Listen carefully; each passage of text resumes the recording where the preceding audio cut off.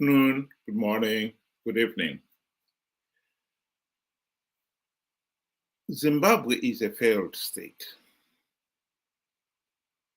And one of the reasons why we are a failed state is that for the last 45 years, we've been stuck with a corrupt, incompetent, and tyrannical regime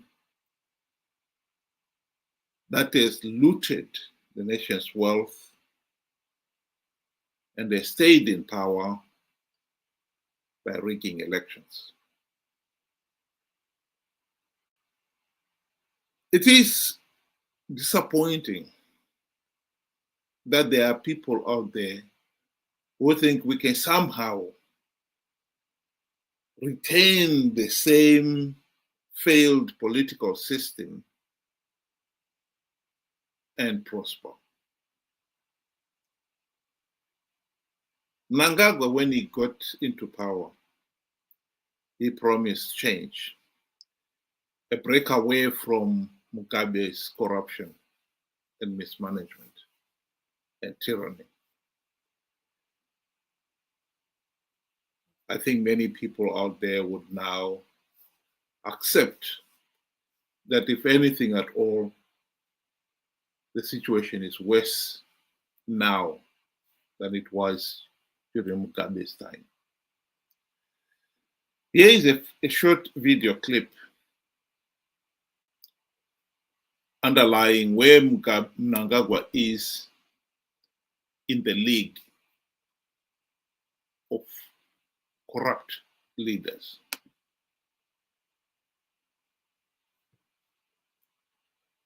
Top 10 African countries with the most corrupt leaders, 2025, based on current leadership and widespread corruption allegations. Number 10, Uganda President Yoweri Museveni has ruled for nearly 4 decades, and under his leadership, Uganda has seen billions in public funds mismanaged or embezzled. From ghost civil servants to military procurement scandals, corruption remains deeply entrenched in his government. Number 9, Libya. Prime Minister Abdulhamid Dbeibeh leads a transitional government accused of misappropriating oil revenues and state funds. Amid ongoing instability, billions have vanished, with little accountability or transparency in public spending. Number 8, Sudan, led by General Abdel Fattah al-Burhan. Sudan remains marred by military corruption. Billions in gold exports go unaccounted for, while the military elite enrich themselves during times of chaos and suffering for ordinary citizens. Number 7, Zimbabwe. President Emerson Mnangagwa, often called the crocodile, took over from Robert Mugabe, promising change. Instead, his rule has been marked by scandal, gold smuggling, looting of state resources, and deepening economic hardship for the people. Number 6. Well, I'll stop at number 7, Zimbabwe. We are in trouble. Zimbabwe, for the last 45 years, has been in economic decline.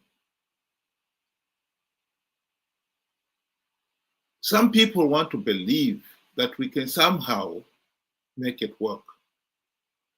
We can still have the corrupt, tyrannical regime and somehow recover. That is just daydreaming. The reality is, as long as we have got the corrupt and tyrannical ZANU-PF dictatorship, the country's economy will never improve. That is the reality. That is the reality we must face. We have got to realize here that corruption and bad governance are partners.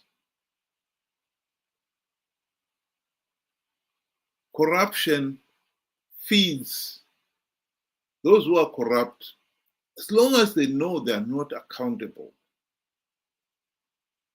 there's nothing to stop them being corrupt. And as long as leaders like Mnangagwa know they can rig elections, there's nothing to stop them being corrupt.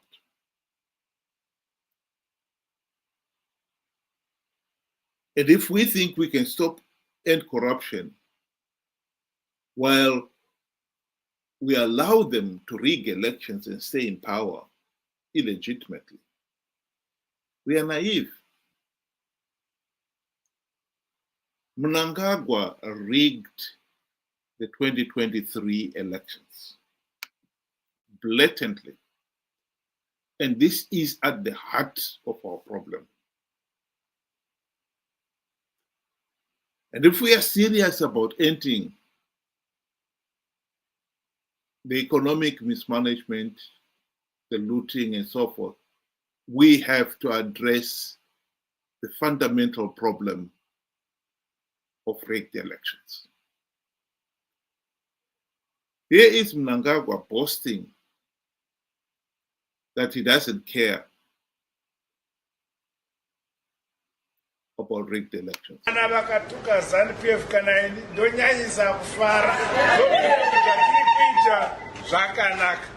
Ukavona vavengi vakwashi kurumbidzwa nekuchikanganisa, ukavona vachiti ZANU-PF yakaipa, farai, because you are doing correct things for your country. Hongu takaita maelections edu, kuna vamwe vaitaura zvisina musoro zvikanzi maelections anafamba zvakanaka, ndezvavo.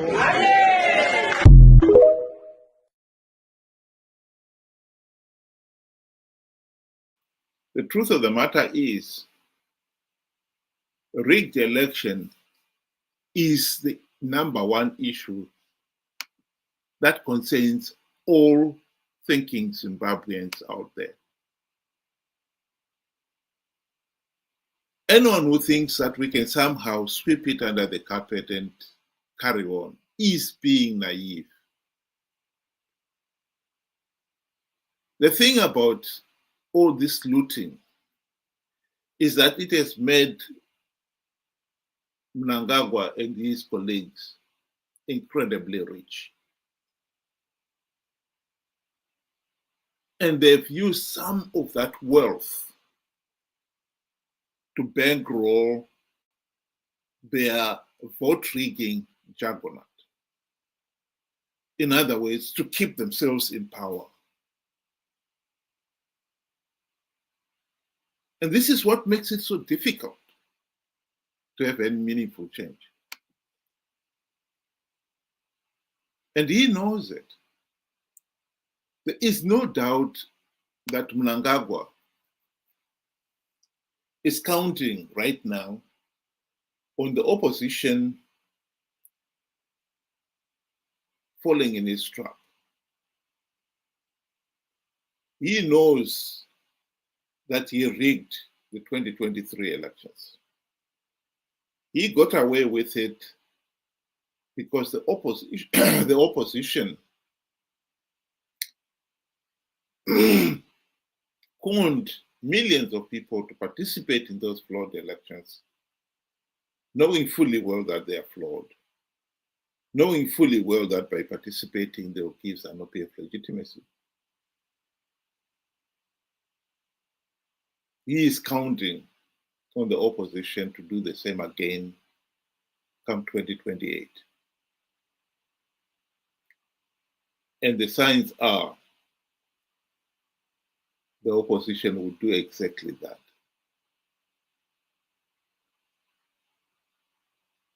As for the other institutions like the judiciary, the police, the banks, and so forth,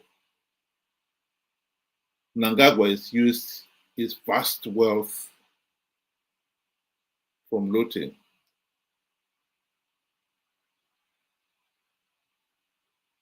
to corrupt those institutions.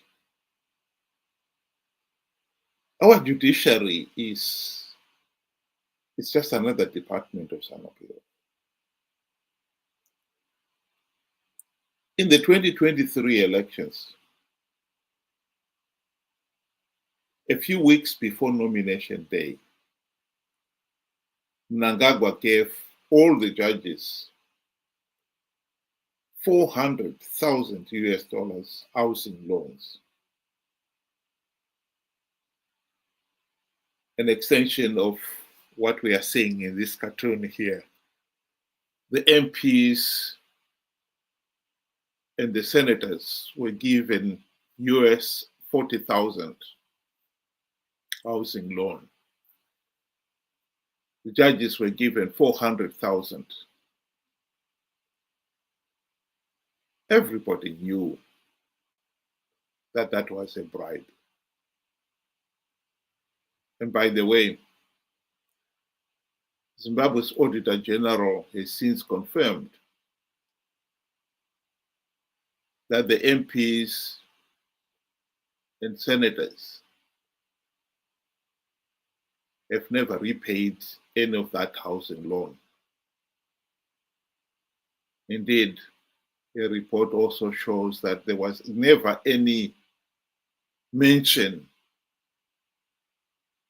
of it being repaid or the deadline by which it must be repaid, or any other usual conditions associated with a loan. There's no interest charges, nothing. People said it was a bribe when it was given out, and the Auditor General has just confirmed that. This is what corruption has done. It has allowed the individual leaders like Mnangagwa to amass a lot of wealth for themselves, but also to corrupt the nation's institutions to the point of becoming utterly useless. Our only fight to end corruption in Zimbabwe is stopping the opposition participating in these flawed elections. But they've been corrupted so much that I think everyone would agree that we cannot do it. And Mnangagwa himself is so confident that the opposition will participate come 2028.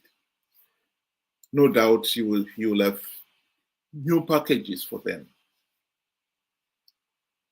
The only other alternative then is for us, the ordinary people, to stop being conned into participating in these flawed elections.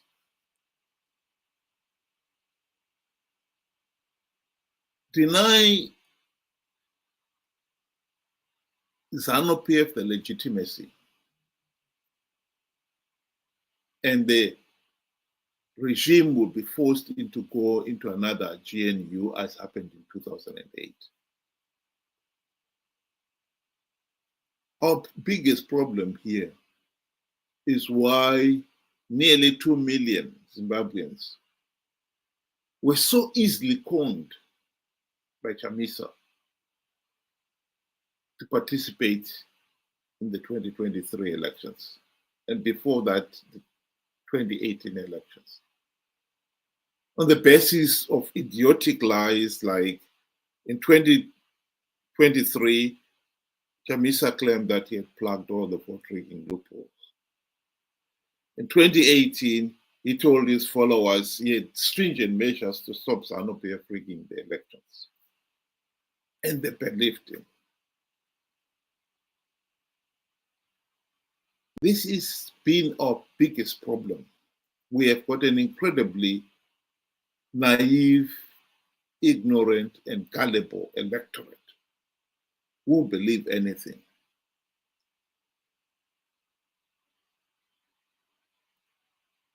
Mnangagwa doesn't have to bribe the ordinary Zimbabwean.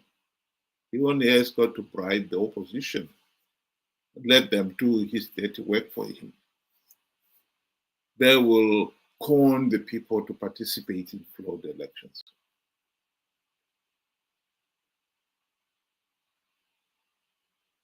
The solution really is staring us in the face. Why do we keep on believing these idiotic lies of the opposition winning rigged elections, even after 45 years of ZANU-PF rigging the elections?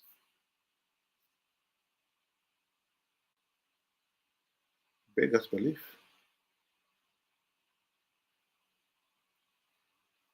I'll just conclude by playing the last of that video explaining the League of Africa's corrupt leaders. Promising change. Instead, his rule has been marked by scandal, gold smuggling, looting of state resources, and deepening economic hardship for the people. Number 6, Nigeria President Bola Ahmed Tinubu took off his promising reforms, but his administration already faces questions over opaque fuel subsidy removals, sudden currency devaluations, and conflicts of interest tied to close allies and political cronies. Number 5, Democratic Republic of Congo. President Felix Tshisekedi's government faces serious corruption allegations involving mining contracts and billions in state revenue going untraced. Despite promises of reform, the looting of Congo's immense natural wealth continues under his watch. Number 4, Somalia. President Hassan Sheikh Mohamud leads a fragile government with reports of systemic corruption, misuse of international aid, and state capture by political and clan-based elites, while ordinary citizens endure insecurity and poverty. Number 3, Kenya.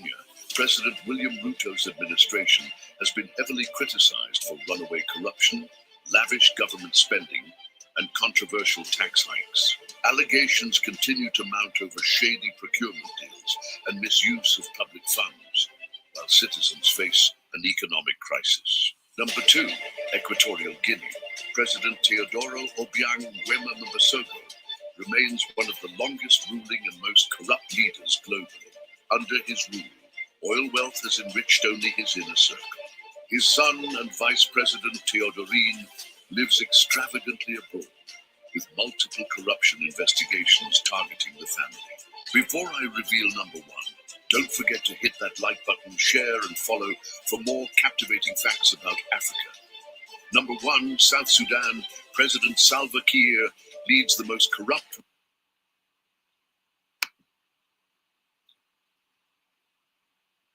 Well, it's most unfortunate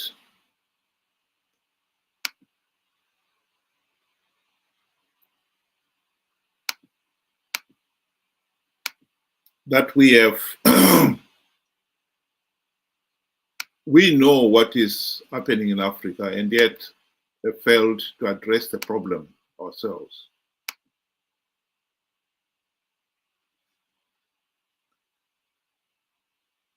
Sorry about that. Number 10, Uganda President Yoweri Museveni has ruled for nearly 4 decades, and under his leadership, Uganda has seen billions in public funds mismanaged or embezzled. From ghost civil servants to military procurement scandals, corruption remains deeply entrenched in his government.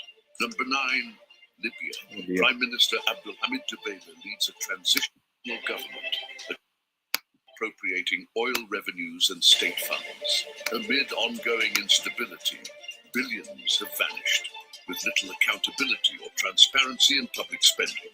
Number 8, Sudan. Led by General Abdel Fattah al-Burhan, Sudan remains marred by military corruption. Billions in gold exports go unaccounted for, while the military elite enrich themselves during times of chaos and suffering for ordinary citizens. I apologize. Africa is a serious problem. We are in a mess. Countries like Zimbabwe, we are a failed state. Zimbabwe had the potential of becoming the South Korea of Africa. Instead, we've become one of the poorest countries in the world. And one of the root causes for it is corruption. We failed to deal with corruption because we failed to deal with the problem of rigged elections, of bad governance. Why the people of Zimbabwe have believed in the idiotic lies of the opposition that they can win rigged elections beggars belief.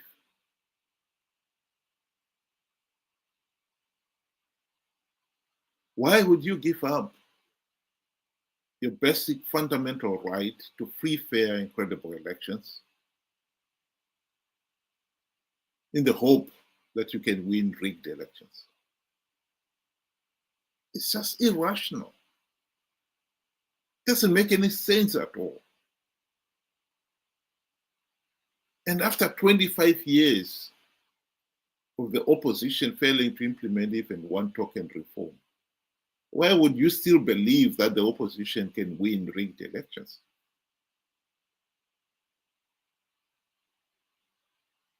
Right now, one of the raging debates in Zimbabwe today is whether or not Chamisa lied about plugging vote rigging loopholes. You would think that the facts on the ground by now speak for themselves. That issue should be settled beyond debate. Alas, it is not. There are some people out there who still believe that Chamisa did not lie, that he plugged the vote rigging loopholes, but they can't explain why Mnangagwa was able to blatantly rig the elections if the vote rigging loopholes were plugged. We can't end corruption without ending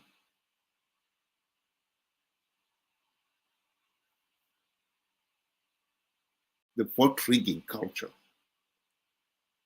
that has made leaders above democratic accountability. We have to address the problem of rigged elections if we are serious about ending corruption.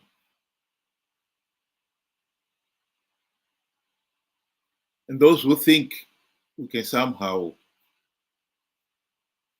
achieve Vision 2030 with the same corrupt regime we have in government today are naive. And the world is not going to take you seriously until we start taking ourselves seriously.